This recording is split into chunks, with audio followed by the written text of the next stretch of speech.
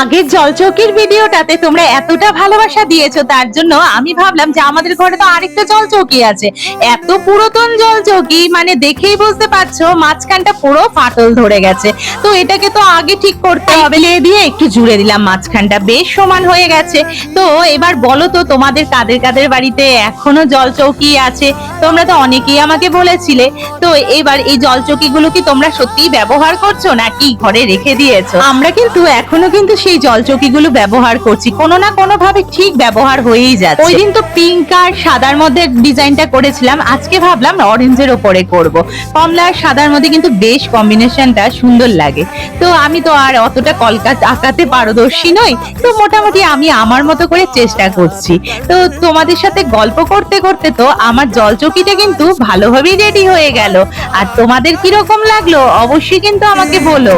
होने लगी है